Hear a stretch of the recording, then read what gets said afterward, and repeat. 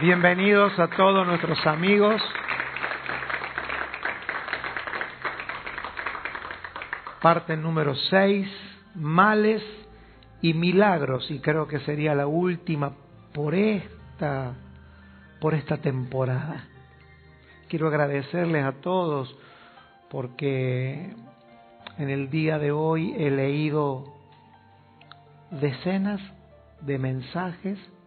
Quiero decirle que leo todo, aún aquellos que dejan su buena crítica constructiva, y quiero agradecerles todos, todos, y han sido miles las personas que en estas últimas semanas han accedido a nuestras redes, así que muchísimas gracias.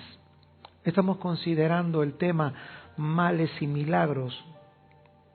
Queremos y creemos que vamos a ser la generación que vamos a ver y a producir los mayores niveles de milagros que una generación haya visto jamás. Esto no era una palabra para que usted y yo nos sintamos animadísimos, sino que la idea no es animar, sino entender lo que venimos diciendo desde la otra exposición. Si queremos identificar un mal del siglo XXI, debemos de buscarlos en nuestros hogares, en nuestras casas, como usted le quiera llamar. Es en la crianza de nuestros hijos. Cuando la mamá va a la escuela y habla con la maestra, cuando va al supermercado a hacer sus compras, cuando hablan, cuando debaten con su esposo, con su esposa. Es por eso el consejo es: vuélvete un defensor de tu casa, pero no te vuelvas un barra brava que defiendas a cualquier precio tu hogar, como creyendo que todo el mundo está mal y solo los que viven en tu techo están bien.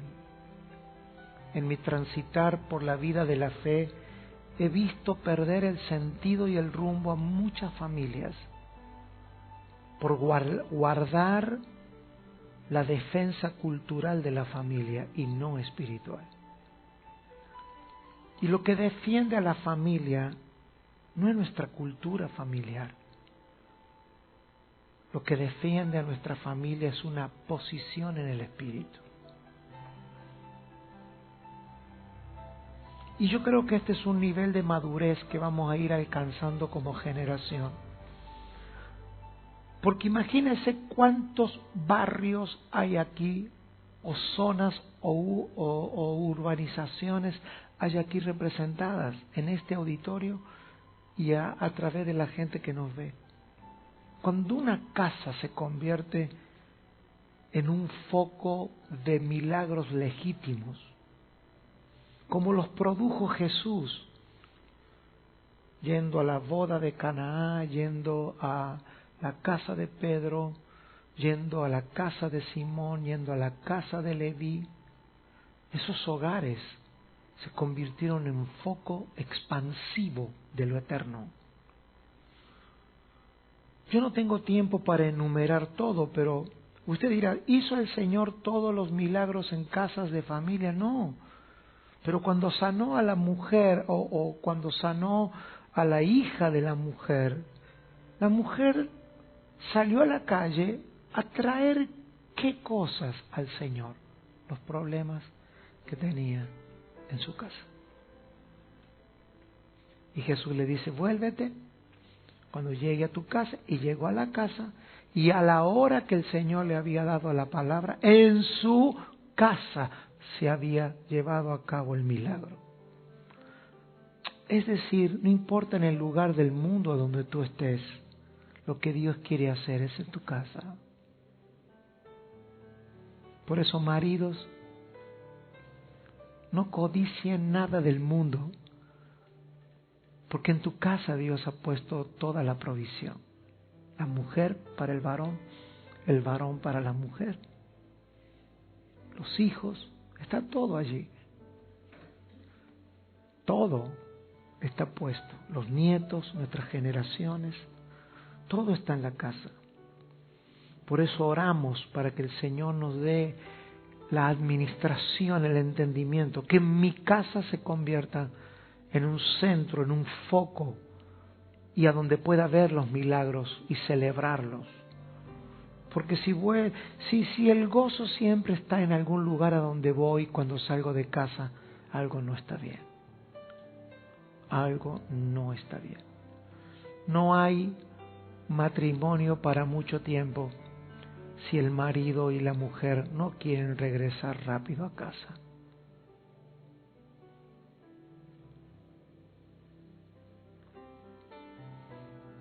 Hay que tener yo le llamo el regresómetro. Tú puedes irte al lugar que quieras. ¿Cuánto quieres volver a tu casa? Eso es lo que significa para ti. Tu casa es el lugar a donde tú quieres estar. Y ese es el orden de Dios. Y no que quieres estar porque eres cómodo, porque tu casa crea expectativas espirituales. Yo no quiero volver a mi casa porque es el lugar donde ya sé que tengo todo. Quiero volver a mi casa porque es en mi casa donde el teléfono suena y puedo identificar esto vino solo porque Dios intervino. Esto pasó. Jesús siguió caminando por diferentes hogares y fue a la casa a donde había una joven que había estado enferma y luego murió. ¿Qué de Hollywood? Una mujer resucitada. ¿Cuál fue el milagro? Otra cosa que se comió el humanismo: falta de esperanza. ¿Por qué? ¿Sabe usted lo que significa no tener esperanza? Que ya la hora pasó. La esperanza en el ser humano funciona con una cuestión del tiempo. Lo que yo le llamo las demoradas de Dios.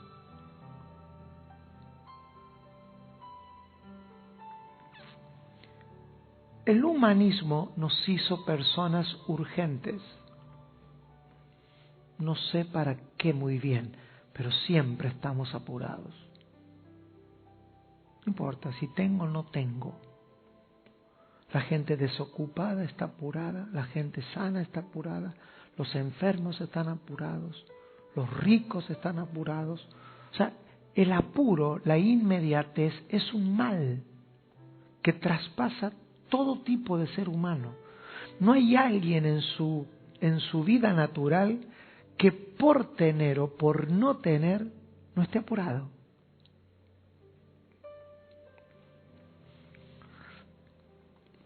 Un administrador del tiempo no es alguien ni que le sobra ni que le falta. Esto es como el relojero. Cuando termina de armar el reloj, no le tiene ni que faltar ni que sobrar. Es administración. Y ese espíritu en nuestra vida es un milagro. Es un milagro. Cuando yo logro entender por el Espíritu que Dios no está atado a mis tiempos, estoy ante un milagro. Si yo le preguntaría a usted, ¿a cuántos de ustedes le quisieran recobrar la esperanza en algo que han perdido esperanza? La restauración de la esperanza es morir a creer de que Dios ya no lo hará, o que ya el tiempo pasó, ya es demasiado tarde, se agotó el tiempo, siempre volvemos a lo mismo. Todas estas visitas de Jesús y estos milagros. Claro, si usted quiere quedarse con la parte más humanística de esto, es resucitó a la hija. Esa es la parte más humana, y por favor, que yo diga que sea humana y natural, esto no descalifica el milagro. Digo que la hija de este hombre al final se volvió a morir. Entonces, Algún día murió, ¿no? Me imagino yo. ¿Ustedes la han visto en alguna congregación a la hija de Jairo? No, no está. ¿Por qué se murió? Significa que lo trascendente del milagro no puede ser algo que termina con la muerte. Lo trascendente del milagro es lo que quedó hasta el día de hoy. La vida como Jesús hizo que la esperanza, la confianza de Dios. El clima era feo, triste, pero ese es el milagro, permanecer en los cabales del Espíritu, cuando todo, esto es lo que tenemos que recobrar. Por eso son males y milagros del siglo XXI. Yo he tratado todos estos días de leer las Escrituras pensando en las condiciones históricas en las que le tocó vivir a Jesús. Una cosa que yo le diga a usted, que usted tenga esperanza en el siglo XXI, cuando usted tiene hospitales a 10 minutos de su casa, usted tiene un auto, un taxi, alguien lo va a llevar. Usted tiene que posicionarse. Esta era una generación que literalmente no esperaba que pasara absolutamente nada. Jesús vino, identificó que eso no eran problemas sociales, eso eran problemas que el hombre portaba, porque sencillamente había vivido fuera de la órbita y del gobierno de Dios. Jesús se va y va a la casa de Marta y de María. ¿Qué hace en la casa de Marta y de María? Todos sabemos que algún día posterior a este, Jesús iba a resucitar a Lázaro, ¿verdad? ¿Sí o no? Jesús resolvió ese problema mucho antes. El milagro comenzó antes, nada más que siempre le pasaba a Jesús que Él hablaba y la gente no lo entendía, porque todo lo llevaban al plano de su propio entendimiento. Jesús estuvo con Marta y con María, ¿y qué fue lo que hizo? Mientras que una estaba atareada, la otra oía. Y Jesús no es que estaba del lado de nadie. Escriba esto: encontrar gente con prioridades en el mundo es un milagro.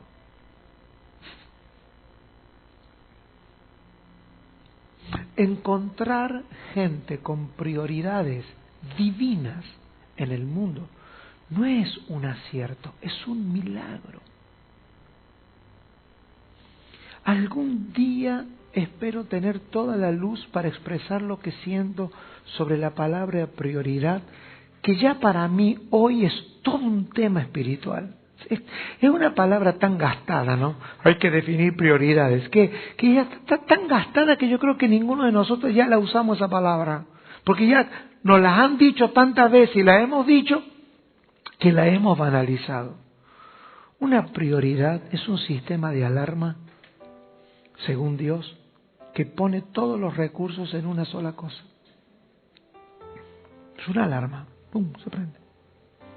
Lo que Pablo dijo, una cosa hago. O sea, una prioridad en Dios da la imagen exterior que tú no tienes otra ocupación en tu vida. No es un orden de una gran lista. Es algo que absorbe absolutamente todas las fuerzas. Eso es un milagro. O el Señor dio algo de su vida por nosotros. Dios dio algo de su vida. El Señor hizo una donación de órganos o hizo una donación de vida. O sea, una prioridad. Cuando algo es una prioridad en Dios, no es que la elevas de categoría en una lista de quehaceres. Te estimula a tomarlo como lo único para lo que tú vives. No pasa 24 horas al día, ni 7 días a la semana.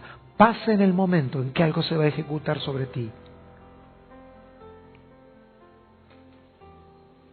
Y eso también va a pasar, que no es que siempre vas a estar, que una prioridad es una tensión que va a poner en riesgo tu familia, tu vida ni tu matrimonio. Una prioridad es eso, vas a notar que es un milagro, algo que se está produciendo porque captura absolutamente toda tu atención y tú no quieres en ese momento saber más nada con nada.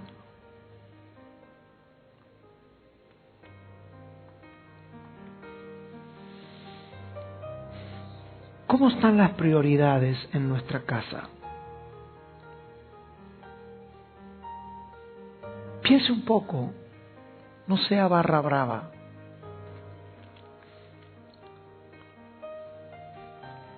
Trata de pensar de alguien que no vino esta noche acá, así que no vamos a hacer una fiesta con los que no vinieron. Total, nadie va a estar viendo por las redes. ¿Cómo son las prioridades en tu casa? ¿Cómo nos molestamos mutuamente con las prioridades según Dios?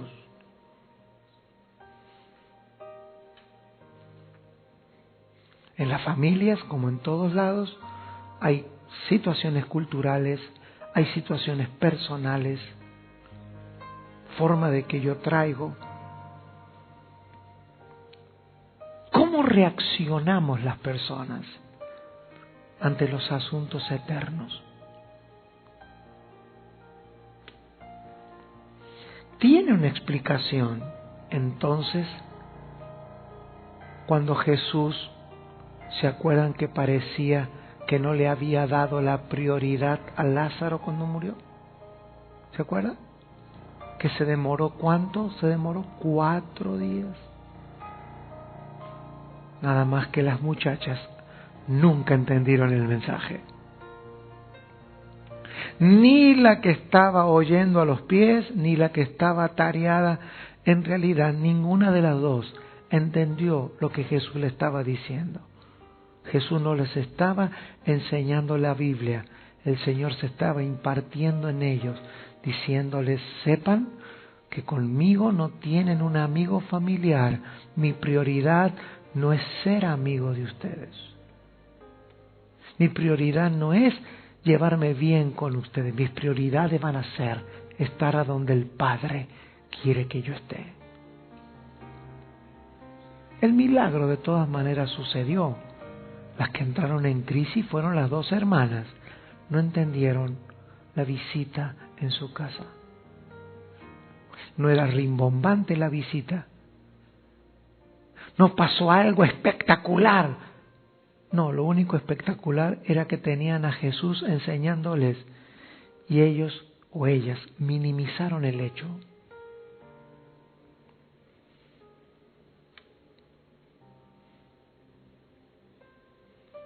Tenemos que medir esto en nuestras vidas, en nuestros hogares y tener una estadística si es cierto que estamos como familia entrenados para los milagros del siglo XXI.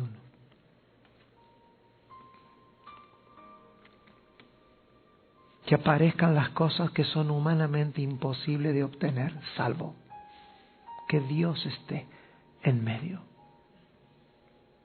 Si no, si nuestra vida es vida natural, me miro con todo el mundo que me rodea y somos uno más en el campo de juego.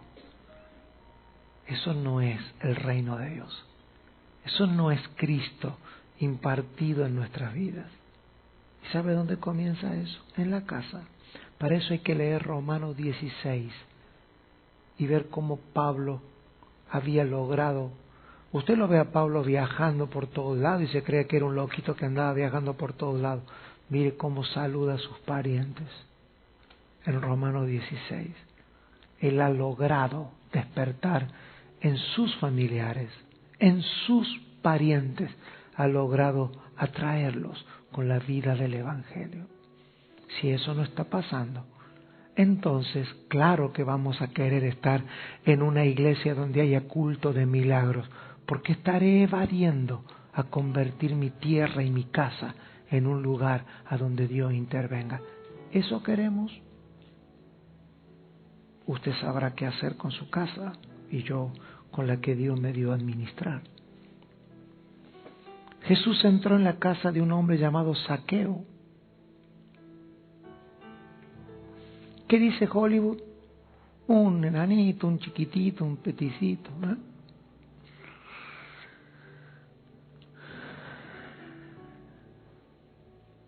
Jesús dice: es necesario que la salvación llegue a tu casa. ¿Cuál es el milagro?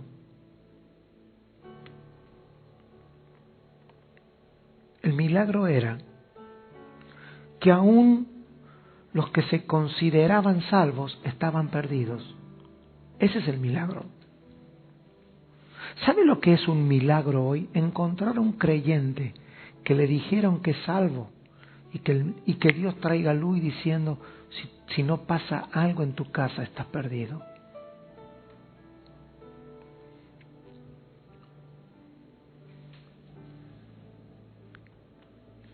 Dice: eres hijo de Abraham. Le dijo, ¿no? Eres hijo de Abraham, pero estás perdido. Había que decir eso, ¿eh? Porque aunque es hijo de Abraham, está perdido. ¿Sabe cuál es el milagro? Que Jesús se reveló a ellos en una casa como la salvación de Dios. Fue tremendo recién lo que nos dijo el pastor Abel acerca de que Jesús se identificó con la mujer samaritana como el Cristo. Ese es el milagro.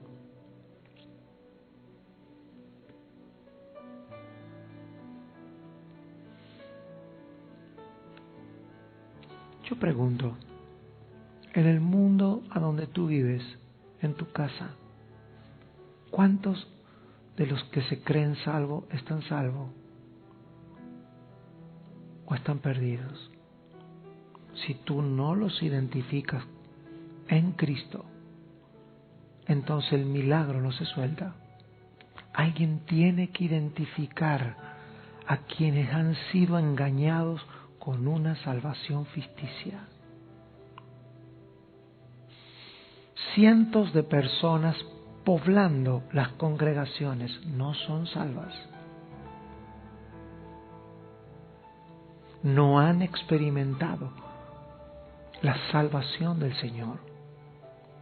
Han tomado un rito, han tomado una costumbre, han tomado una posición eclesiástica, se forman parte del ámbito y ya la mente natural asume. Jesús le dijo: este es hijo de Abraham, pero no es salvo. Ese era el milagro. Personas que se parecen espirituales, pero no lo son.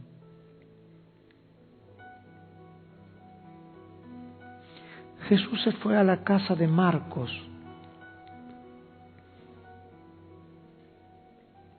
¿Se acuerdan del que llevaba el cántaro de agua? ¿Se acuerdan? Mira, hermano, todo Jesús, todos sus movimientos los tenía radarizados en hogares. ¿No les resulta a usted extraño que el humanismo y en el Renacimiento, que fue la época del nacimiento del humanismo, todo esté concentrado fuera de tu casa? Hay que ser feliz, hay que salir de la casa. No veo la hora de salir de mi casa.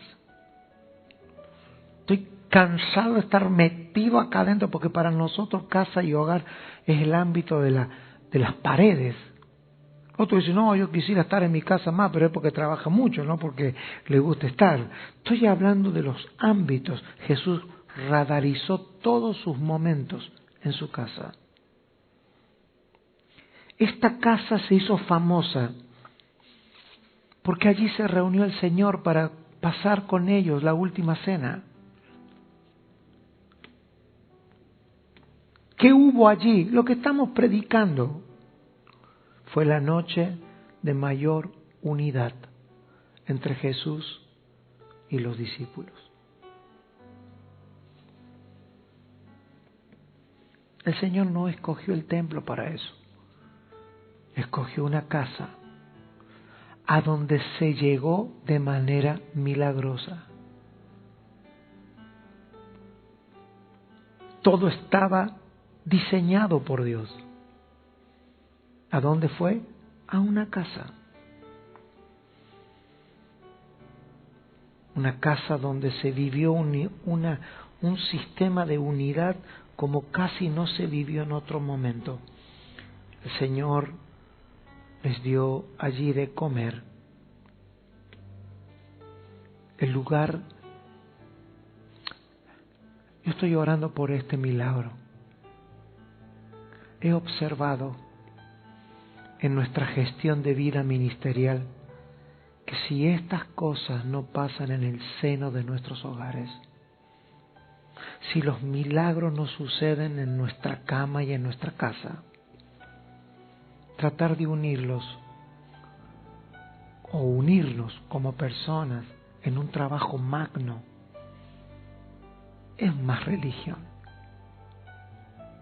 Ser un ejército sin antes ser una familia no es lo que Dios está hablando, pero yo creo en este milagro y vivo este milagro.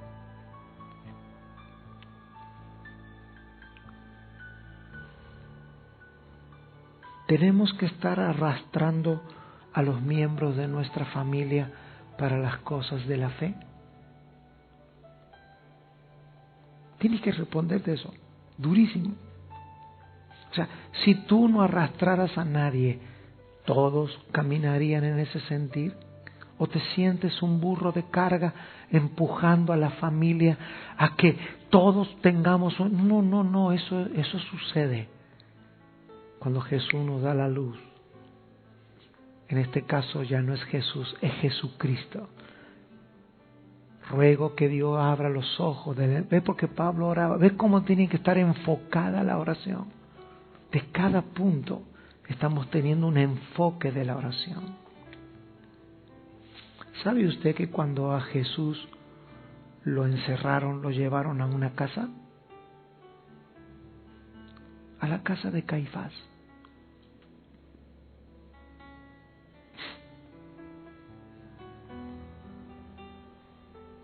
¿Qué es la casa de Caifás? Los niveles de hipocresía que se viven en las familias.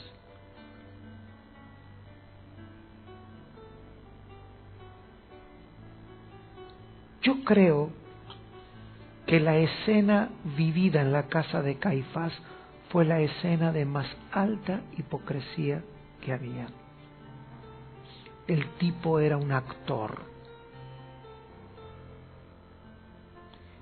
El problema es que cuando vino la luz, el Señor los puso y la enseñanza allí hubiera sido, si hubiese podido predicar esa noche ahí, no puedes servir a dos señores. Estaba la hipocresía de este hombre. Alta hipocresía. Era un sumo sacerdote, él sabía lo que estaba haciendo. Quiso quedar bien con Dios y con el diablo. ¿Sabe dónde pasó eso? En una casa. ¿Queremos ver milagros? No participemos de la hipocresía en nuestros hogares.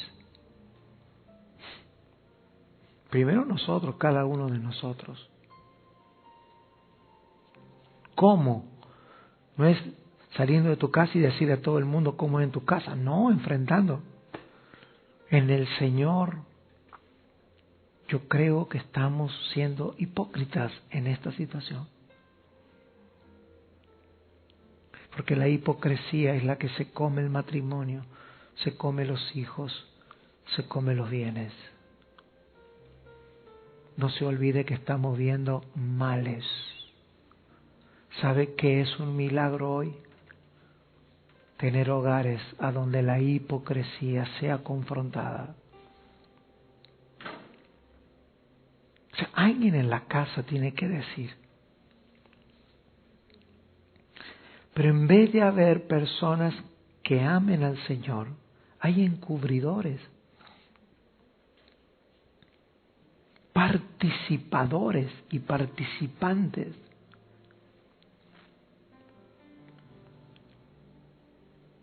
Yo creo que hay cosas que nosotros podemos aprender y profundizar sobre esto.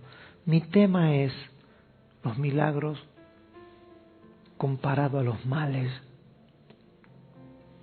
O sea, si tú puedes mañana hacer una reunión en tu casa con los tuyos y tocar estos puntos y sobrevivir tu familia, eso es un milagro.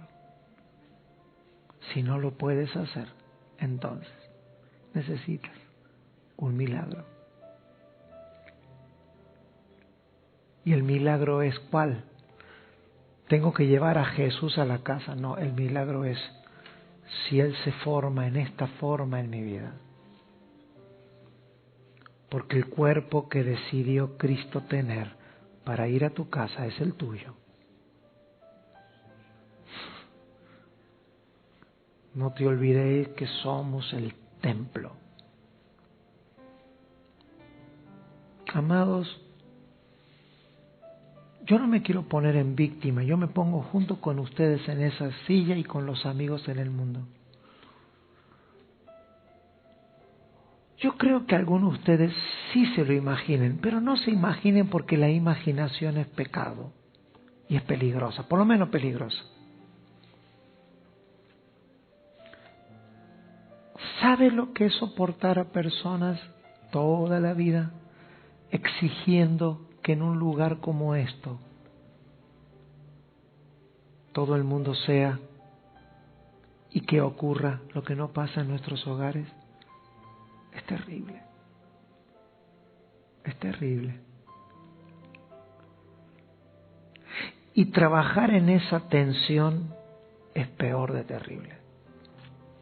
Porque aún dentro de estos círculos hay personas que participamos sin darnos cuenta de esa hipocresía. O sea, ¿cuándo es el tiempo en el que tú no tienes que hablar algo que pone en riesgo el propósito?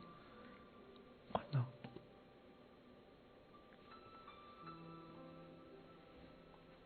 O sea, va a llegar un momento en que los altos niveles de hipocresía te llevan a qué, como a Caifás, a querer estar en el medio, que es una posición a donde nunca puede estar. Hay una posición que no existe en la vida del Espíritu, es en el medio. Solamente hay dos señores, solamente hay dos aguas frías o caliente. Lo demás no es una opción. ¿Los tengo aquí a ustedes? ¿A ustedes allá también? Muy bien. Voy a terminar en pocos minutos. Jesús se encuentra caminando y se mete en una casa donde en Emaús, ¿se acuerdan? Emaús. El Señor Jesucristo acompañó a las personas. Ellos nunca identificaron quién era el que estaba con ellos. Esto tiene una riqueza imposible de hablar en minutos. Por lo tanto, los voy a dejar a ustedes incentivados a que lean este pasaje que está en Lucas 24, 29 o antes del 29. No fue hasta que el Señor estuvo en la casa de ellos. ¿Qué más quieren? Mire cómo dice, más explicaciones. Entonces le fueron abiertos los ojos a los dos muchachos que estaban allí. Y reconocieron cuando dijeron, ¿no ardía nuestro corazón mientras hablaba en el camino y cuando nos abría las Escrituras? ¿Cuál era el milagro? Anótelo. Los milagros es que en los hogares hay un mal. En los hogares no hay visión de Dios. A veces los padres, las madres, creemos que visión de Dios es, a ver, ¿cómo vamos a pagar la deuda? ¿Cómo vamos a terminar la casa? ¿Cuándo vamos a tener la bendición de Dios para comprar esto? Sí, todo eso es lícito, pero eso no es una visión de Dios. Una visión de Dios es, ¿comprendes lo que está pasando delante de ti en este instante? ¿Puedes verlo? Ellos tuvieron una vista aclarada, ese fue el milagro, anótelo. El milagro es tener miembros de la familia con visión clara. Que se le quite los velos, ¡wow!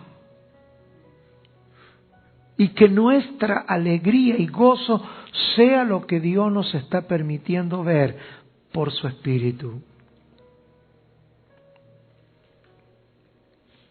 Número 2, comprendieron espiritualmente lo que estaba pasando.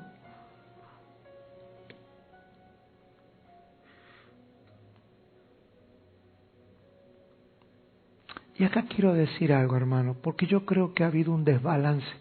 Hay un mal de este siglo, lo que le llamo el péndulo. Antes sentíamos todo, hoy ya no sentimos nada. Le llamamos a eso la realidad emocional de una revelación. Es decir, entender algo espiritual todavía nos debe de poner la piel de gallina, nos debe de hacer reír, nos debe de hacer llorar. Por eso yo dice, ardió en nuestro corazón. Y la pregunta es, ¿por qué no le dieron rienda suelta cuando ardía? Porque eran un montón de protocolizados, con P minúscula, que como lo que sentían era algo extraño, que hubiese pasado si lo hubiese dicho, hubiesen tenido una expresión, como la que dijimos antes, de gratitud, de abrazo. No entiendo nada, pero algo está pasando acá. Hubiesen vivido la plenitud de aquel que los visitó. Si en tu casa todavía la gente llora por algo que no ve, o se goza por algo que no ve. Si nuestros hijos disfrutan la vida porque comprenden a Dios un poco más que matemática, y si todavía en nuestra casa hay gente que arde en su corazón, tu casa es un milagro. ¿Quién llora y por qué se llora en nuestra casa? ¿Quién se ríe y por qué nos reímos en nuestra casa? ¿Cuáles son las historias que emocionan? Por último, en el día de la resurrección, Jesús se fue a la casa, yo le llamo la casa de los discípulos, porque ahí estaban todos reunidos, no sabemos quién era, fue a la casa de sus discípulos.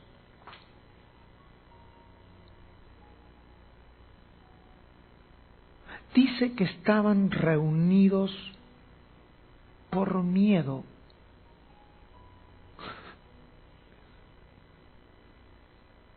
¿Quiere buscarlo? Búsquelo a los amigos que están conectados. Estoy en Juan, este es el único que vamos a leer. 20:19. Estaban reunidos por miedo. ¿Cómo estaban reunidos? Por miedo. Pregunto, ¿cuántos de ustedes han hecho reunión por miedo? No, tenemos que reunirnos, necesitamos una reunión urgente. Eso se llama reunión por miedo. Yo sé que nunca porque a ustedes nunca les pasó nada, pero ustedes en el matrimonio nunca dijeron, tendríamos que hablar de esto algún día seriamente. Se lo voy a traducir. Eso es, nos reunamos en nombre del miedo. El Señor no los había mandado a reunirse en miedo. Él los había mandado a reunirse en su nombre.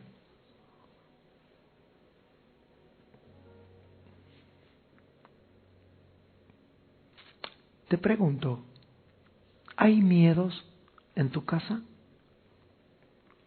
¿Tú tienes miedo? ¿Sabe cuál es cuál es uno de los? Hemos identificado 12 males. No sé si se dieron cuenta, si lo fueron anotando, pero acabamos de identificar 12 males y este es el número 12. Miedo. ¿Ha oído usted de gente con miedos? ¿Con temores?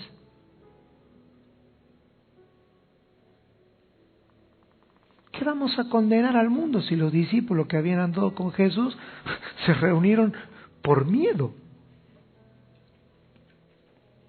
Así que si usted alguna vez tuvo miedo, ya puede ser discípulo también.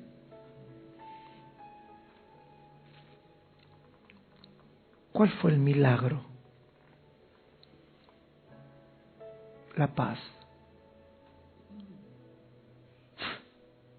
Es decir, si tú puedes tener paz, tú ya eres el centro del foco de todos los próximos milagros que Dios va a hacer a través de tu casa.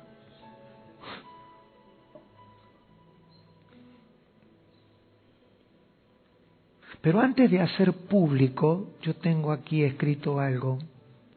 Cada hogar tiene su rollo. Tenemos que identificar, amigos, en el mundo, los males del humanismo. Los que hemos identificado 12 de miles. Identifica en tu casa quizás alguno de estos 12. ¿Hay una tristeza en tu casa que no puedes terminar de decodificar? ¿Falta servicio en tu casa? ¿Falta gente que tenga deseo de servir en la vida en tu casa?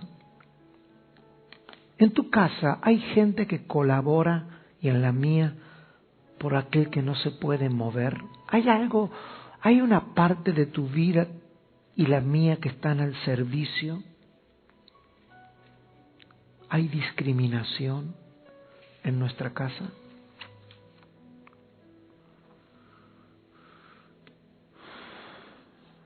¿Hay gratitud exagerada o ingratitud?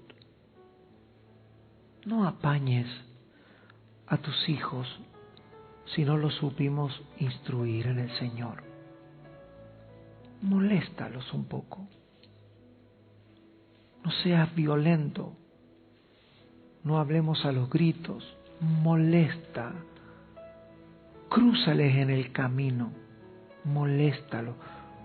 No amemos mal. No amemos mal.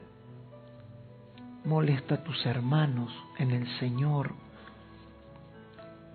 Si nadie sabe servir en tu casa, enseña a servir. Tú puedes hacer cosas en la casa. ¿Cómo están las prioridades?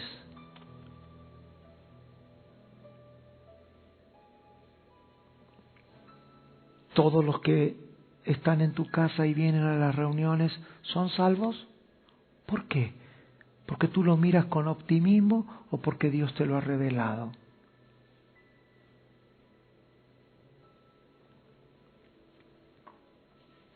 Cuando se reúnen, puedes comer en tu casa como un lugar de unidad a donde todos están pensando en llevar adelante la obra como Cristo lo hizo en la última cena. O cuando estás en tu casa comiendo o hablando con tu esposa o con tus hijos, notas que cada uno tira para donde quiere. Tenemos que llevar la vida de Cristo. No tienes que llevar un bosquejo, tenemos que llevar la vida de Cristo. ¿Eres un político? ¿Hay políticos en tu casa como Caifás que quieren estar bien con todo el mundo? ¿Que tienen una cara en un lado y otra en otro lado? No te pongas mal. Cree que el mal de este siglo se va a ir con un milagro, pero el milagro no puede suceder si la persona de Cristo no está formada en alguien.